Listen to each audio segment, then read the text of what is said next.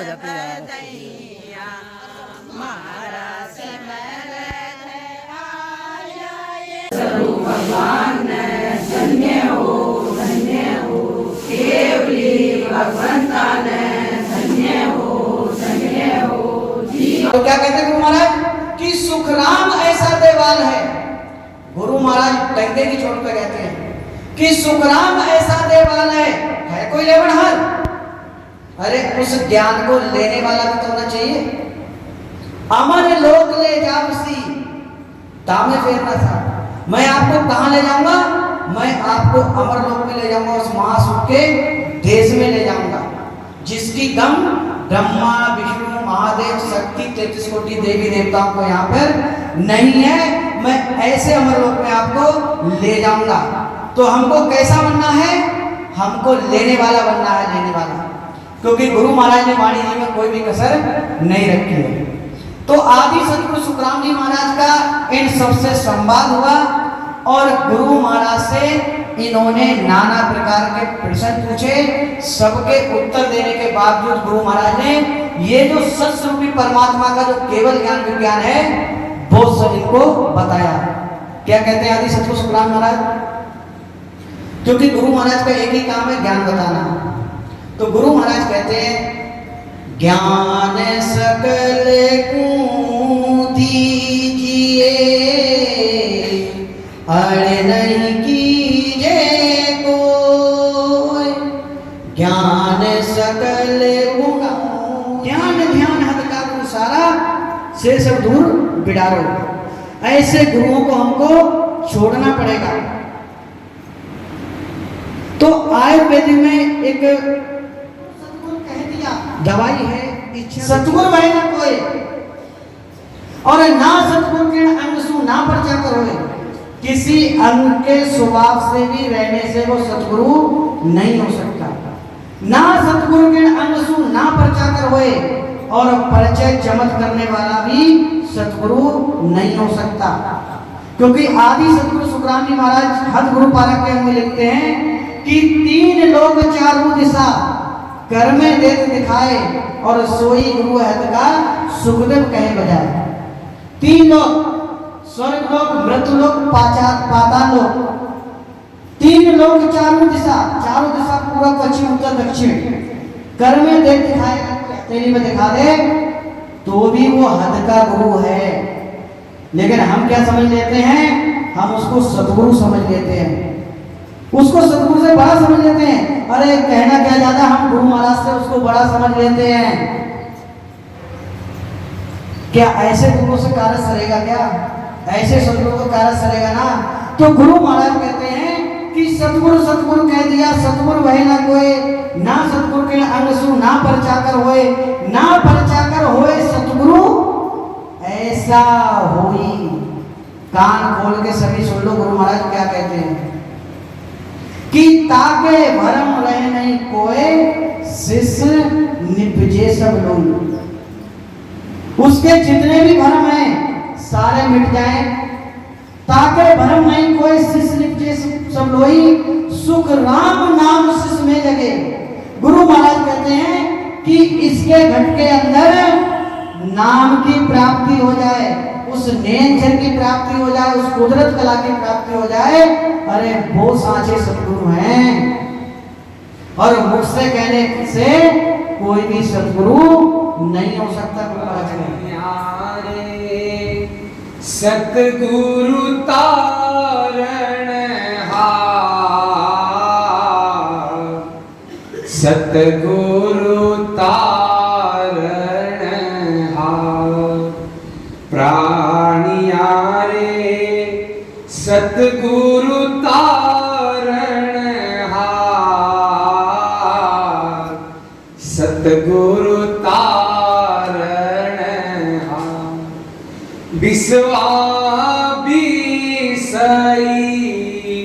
किसु ऊपर बिस्वा बिसई किसु ऊपर जामे फेरन सार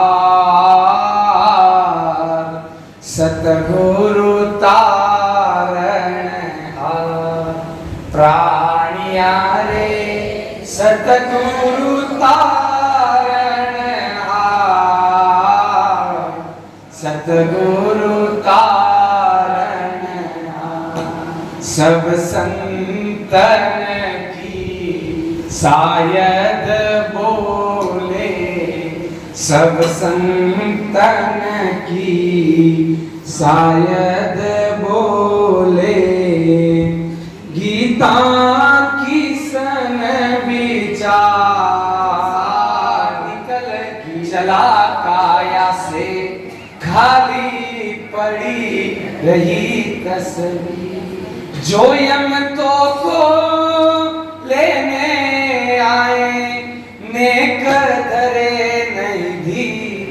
जब यमराज इस जीव को लेने के लिए आएगा, इतना सा भी आपके ऊपर दया नहीं करेगा और आपकी तस्वीर, ये जामा ऐसे ही रह जाएगा। आपको उठाकर शमशान में ले जाएंगे और आपको तूली लगा दी जाएगी। कहीं कर दी जाएगी, तूली लगाओ ना खेत में, वो चारों और चारों सूख जाए चारों, अब कहीं काम तो नहीं हो भाई, तूली लगाओ। अच्छा, आपने शरीर में भी तूली लगा दी। तो ऐसे जो जन्मता है मरता है, कई बार आ गए, इसमें से इस भव सागर में से, काल से माया में से निकालने वाले अगर कोई है, सिर्फ और सिर्फ वो है सतगुरु। प्राणी आरे सतगुरु तारणहार। अगर आपको कोई तारेगा, एक सतगुरु ही तारेंगे, इतना पक्का ध्यान रखना। सतगुरु के अलावा किसी में बल नहीं है कि आपको तार दे। अगर सतगुरु के अलावा कोई कहता है कि मैं तार दूं, समझना वो काल है, वो काल की बोली बोल रहा है, वो काल ही है। और सतगुरु कौन है? तो आज हम वही समझेंगे। कोई भी हमको दिखता है, कोई महाराज दिख जाता है, कोई ज्ञान बताने वाला मिल जाता है, उसको भी सतगुरु समझ बैठता है। संग में हिलिए आज पूनम वाली रात, चालोनी सत संग में हिलिए चालोनी गुरा सारी हाट, ज्ञान बुद्धि लामना हिलिए सतगुरु मिल्या दयाल, भीगो यदीनी रंग में। तो कौन सी पूर्णिमा? गुरु पूर्णिमा। क्या 84 लाख योनि भोगने के बाद 43,20,000 साल के बाद मनुष्य देही रूपी ये जो हमारे जीव के लिए जो पूर्णिमा उदित हुई है, उस पूर्णिमा पर सत्संग में चलने के लिए सदगुरु कह रहे हैं, अरे सत्संग से चल, शादी हमने करी नहीं, शरीर को शादी कर ली, आत्मा की भी परमात्मा से शादी नहीं हुई है। इसलिए सदगुरु पूछ रहे हैं, अरे हेली यानी आत्मा, तू अखंड कुमारी क्यों रह गई? तब हमारी सुरता, हमारी आत्मा हाथ जोड़ती है। हेलिए सुरता जोड़िया दोनों हाथ, गुरा सामाने साची कही। एक गुरा साहब सच्ची बात करो, भरोसा दिलाओ। तो क्या कह रहे हैं? हेलिए हेली के लिए, क्योंकि मैं अखंड कुमारी क्यों रही सदगुरु? हेलिए देश वीर्याने पर देश, जोड़ी रोवर नहीं मिलो। हेलिए मिल गया बहु सारा लोग, प्रणाम करते हैं। आप घट में बैठे साहेब उस सत्स्वरूप परमात्मा का अपमान कर रहे हो, इतना बड़ा दोष लगता है। सोच समझकर किसी को प्रणाम करना चाहिए। आई बात समझ में? गुरु महाराज का ज्ञान निरपेक्ष है। ज्ञान ऐसा धारण करो, भजन ऐसा करो, तीन ताप को छोड़कर हंसा अमर लोक ने जावे। अमर लोक में हमको जाना है। गुरु महाराज अमर लोक से आए हैं। अमर लोक सु में चल आया, पेपर के घर जाना पाया। गुरु महाराज कहते मैं अमर लोक से आया हूं, मेरे को दुनिया पहचानती नहीं है। ये दुनिया को हम जोगी देखते हैं। तो जोगिया ने ढूंढते तो झुक भैया जोगी किणिया न पाया रे। जहां देखो जहां राजवी सबके संग माया। अब जगत में किसी भी संत को देखो कितनी माया लूटते हैं। माया छोड़ो कितनी दक्षिणा लेके जाते हैं आपसे। गुरु महाराज ने वाणी जी में लिखा है, दीजे तो अन्नदान कुल, लीजे तो हरिनाम। देना है अन्नदान दो, लेना है तो संतों से हरि नाम ले, और कोई लेन देन नहीं होना चाहिए। लेकिन यहाँ तो फीस होती है, फीस। ज्ञान बेचा नहीं जाता है, ज्ञान की कोई कीमत, गुरु महाराज का जो ज्ञान है इसकी कोई कीमत है क्या? अनमोल है, अनमोल। आपकी जो श्वास है एक बार चली गई, एक श्वास की कीमत क्या है? दोबारा आ सकती? समस्त संपदा खर्च कर तो नहीं आ सकती। इस ऐसे श्वास में का ज्ञान बताने वाले आदि सदगुरु है। वो यही कह रहे हैं, भजन करो, सही तरीके से करो, प्रतिवत वहां से करो। तो वही कह कि घड़ी बात थोड़े में क्यों, सुन लीजिए ना, नहीं तो बात तो बहुत है। वापद को पंचे सदारे शिव सन का विकशेष। वापद को पंचे सदारे शिव सन का विकशेष। चालो नीरे हंसा अपना राम जना वाह पद को, यानी हमारे लोग वाह पद को पंचे सदारे, उस पद की उच्चारण कौन कौन करते हैं? शिव संकादिक शेष। या जुग में फिर कोई नहीं रे, सुख दुख बारंबार।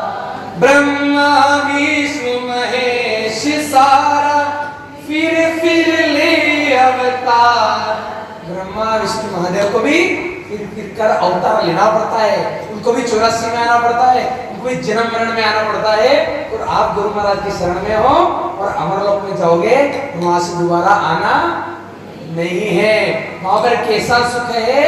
गुरु महाराज वाणी जी में कहते हैं कि वहां कैसा सुख है, मैं आपको उसकी एक वाणी बताता हूँ। तीनों की भक्ति करके वापस संसार में ही रहना है, क्योंकि हम लोग संसार के छोटे मोटे निर्णय तो ले लेते हैं, और ये करते करते हम लोग सभी बातों कह रहे। त्योहार जो है, जैसे हम लोग जब बचपन में रहते हैं, जैसे जवान होते हैं तो हमारे संस्कार जो रहते हैं मायके के रहते हैं, फिर ससुराल के, इन्हें दोनों यहाँ के हम लोग रीति रिवाज निभाते हैं। हमको सभी बात सिखाई जाती है, भाई ये त्योहार करना, ये करना, ये करना। लेकिन इसके पीछे का फल हमको पता है क्या? ये करने से सभी त्योहार है, सभी कुछ भी है, उसके पीछे एक शास्त्रीय कारण है। कभी हमने उसको ढूंढा, सोचा इसके पीछे क्या रीजन है? नहीं, और कर रहे। लेकिन बाकी बातों को हम लोग निर्णय लेते हैं ना, वैसा सोचो इसके पीछे का रीजन क्या है, ये करने से हमको कहाँ तक जाना है, इसका फल कहाँ तक है, कौन सी भक्ति का फल कहाँ तक है, कौन सी भक्ति हमको वापस लेकर आने वाली संसार में लेने वाली है, कभी हमने सोचा ही नहीं है। खुद का तो विचार करते ही नहीं है। जो त्योहार करते हैं उसके पीछे का ये रीजन खोजो, फिर व्रत करो। और हम लोग कैसे करते हैं? व्रत भी एक जैसा नहीं करते हैं। आज सोमवार कर लिया, कल मंगलवार कर लेंगे, बुधवार कर लेंगे, कोई गुरुवार कर लेंगे, यानी कोई कर लेंगे। लेकिन हम लोग एक ही कर रहे हैं क्या? जैसे यहाँ से हमको बम्बई जाना है तो बम्बई की गाड़ी में बैठना पड़ेगा तभी बम्बई जाएंगे। दिल्ली की गाड़ी में बैठ के तो बम्बई पहुँच पाएंगे क्या? वैसे मनुष्य देह में हम लोग लेकर निर्णय लेकर भक्ति भी नहीं कर रहे हैं। एक ही भक्ति कर रहे हैं क्या? हमको कैलाश में जाना है तो कैलाश में जाने के लिए किसकी भक्ति करनी पड़ेगी? शिव जी की भक्ति करेंगे तभी कैलाश में जाएंगे। तुम लोग ब्रह्मा की भक्ति करेंगे, दुर्गा जी की करेंगे, ये भी करेंगे, तो कैलाश में कैसे क्या जाएंगे? जैसे हमको एक गांव को जाना है तो एक गाड़ी में बैठना पड़ेगा तभी एक गाड़ी गांव को पहुंच सकेंगे। हम तो भक्ति तो यहाँ पे एक ही कर ही नहीं रहे ना, तो एक देश में कैसे का पहुंचेंगे? फिर ये सोचो कि हम लोग जो भक्ति कर रहे हैं उनसे हम लोग कहाँ जाएंगे, क्योंकि हम लोग एक देश की भक्ति ही नहीं कर रहे ना। हमको ब्रह्मा के सतलोक में जाना है कि विष्णु के वैकुंठ में जाना है कि शक्ति के शक्ति लोक में जाना है कि स्वर्गलोक में जाना है, हम लोग डिसाइड ही नहीं कर रहे ना। वहां भी तो कितने दिन रहेंगे हम लोग अभी जैसे आए हैं 3 दिन सत्संग करने के लिए, वापस घर में जाना ही पड़ेगा। वैसे हम तो वहां भी तो मेहमान के जैसे रहेंगे। जितने हमारे मनुष्य देह में हमने पुण्य कर्म किए हैं, पुण्य कर्म के सुकृत के अनुसार उस देश में हम लोग रहेंगे। हमारे पुण्य कर्म क्षीण हो गए कि वापस हमको 84 लाख से योनि में तो नहीं है।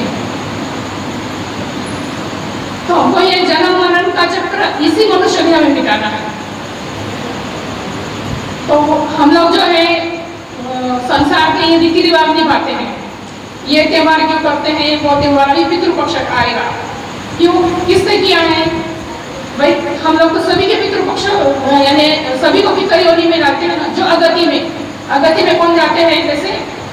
जैसे बीए में की है, बात बुझ गई है, आयु तो थी लेकिन एक्सीडेंट केस से कोई चला गया, कोई किसी से चला गया है, ये अनंत युगों तक अगति के योनि में रहते हैं।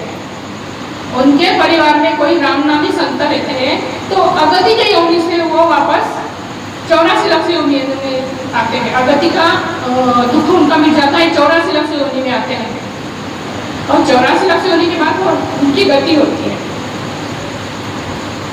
और हमारे पूर्वज जो हैं नेचुरली मृत्यु होके कोई वैकुंठ में है, कैलाश में है, कोई स्वर्गलोक में है, कहीं है, उनके भी हम लोग पितर पूज रहे हैं, उनको भी हम लोग दुख में डाल रहे हैं ना। और हमारा एक दिन 360 दिन में से एक दिन उनको एक समय का इतना भोजन देने से उनका उद्धार हो जाता है। ये तो सोचो, 365 दिन वो कहाँ खाते होंगे, ये कभी सोचा है किसी ने?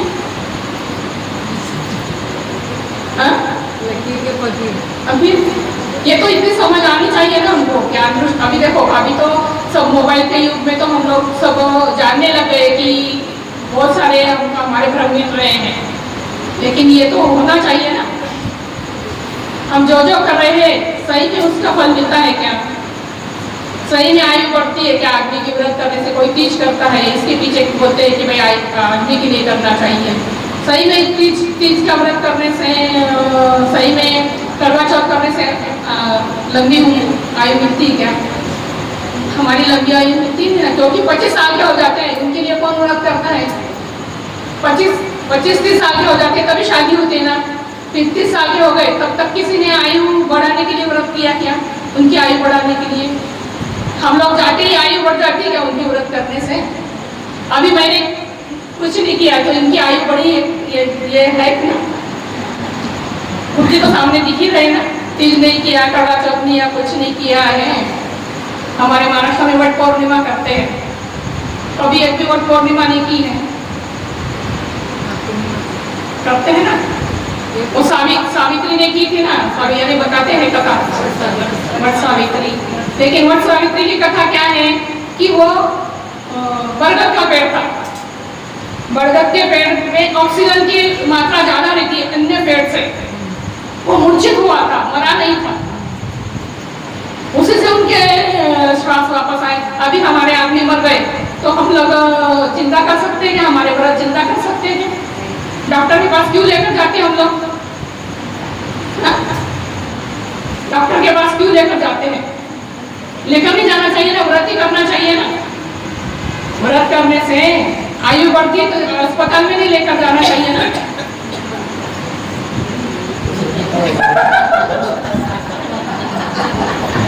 भाई अब इनको बताएं कि नहीं, इनको प्रोत्साहन नहीं मिलेगा ना, इधर बताना पड़ेगा ना, तो निकालना पड़ेगा। बिल्कुल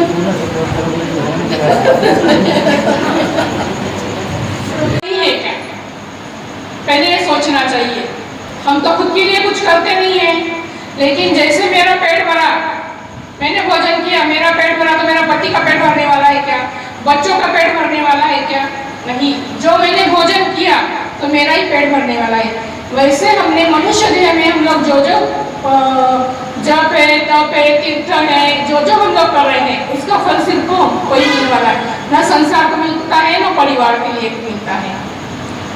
तो ज्ञान तो जगत में बहुत है, हमने धारण भी किया था और किया भी है, और अभी परमात्मा की भक्ति धारण करने के बाद हमको उनकी बहुत चीज आवश्यकता नहीं है, लेकिन मन में हमारे डर रहता है कोई बात का कि भाई हम लोग इतने दिन से वो करते आए हैं।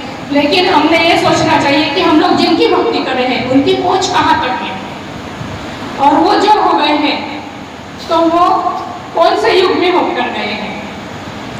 पहले तो मनुष्य देह कितना श्रेष्ठ है, कितना महान है, हमको कैसा मिला है, पहले तो मनुष्य देह के बारे में जानो। ये मूर्ति किसने बनाई है? ये परमात्मा ने बनाई है। कहाँ बनाई है? ये ने माँ के गर्भ में बनाई है। कितनी सुंदर बनाई है। और हम लोग क्या करें अभी? गुरु महाराज ने क्या कहा है? अन्नगढ़ देव अमूर्त रामा मूर्त सबून की नहीं दे वाको तजे भजे न रे आपको। यह वस्तु हम लोग वाणी जी पढ़ रहे हैं ना, वाणी जी में कोई बात लिखी है, लिखी कि नहीं? गुरु महाराज ने बताई है। फिर हम लोग यानी जानबूझकर देखो परिवार है भाई, जॉइंट फैमिली हमको करना पड़ता है। लेकिन कई बार हम लोग क्या करते हैं कि खुद डिसीजन ले लेते हैं ना, फिर हमको मनुष्य नहीं मिला है। पीछे 84 लाख योनि की भोगने के बाद अभी हम मनुष्य नहीं मिला है। और हम लोग इसमें और माया में भक्ति, माया की भक्ति और जुड़ के रहेंगे तो वापस 84 लाख में आना ही है। क्योंकि हमारा ये आखिरी जन्म ऐसा थोड़ी ना है। संसार देखो कर्म हमको कैसे लगते हैं कि संसार में हम लोग एक तरफ क्या कर्म लगते हैं, क्या नहीं। ये पिछले भी हम लोग लेकर आए। पिछले बोलते हैं ना भाई, पिछले जन्म में मैंने क्या किया था, कैसा परिवार मिला, पिछले जन्म में मैं ऐसा क्या किया था, कैसा बेटा हुआ, पिछले जन्म में मैंने क्या किया था, ऐसा आदमी हुआ। ये हमने तो पिछला ही लाए हैं ना, पिछला लाए हैं और वापस नए कर रहे हैं, तो दुख तो मिलने ही वाला है। पिछला लेकर आए हैं, अभी भुगत रहे हैं, और अभी करेंगे तो और भुगतना है। तो हमने क्या करना है? जानबूझ के क्या कर रहे हैं हम लोग? वापस दुख का ही सोच रहे हैं ना। ये दुख में से निकालने के लिए परमात्मा की भक्ति है। 3 लोग की भक्ति हमको वापस संसार में रखने की चीज है, और जन्म मरण मिटना है तो सत्स्वरूप की भक्ति है।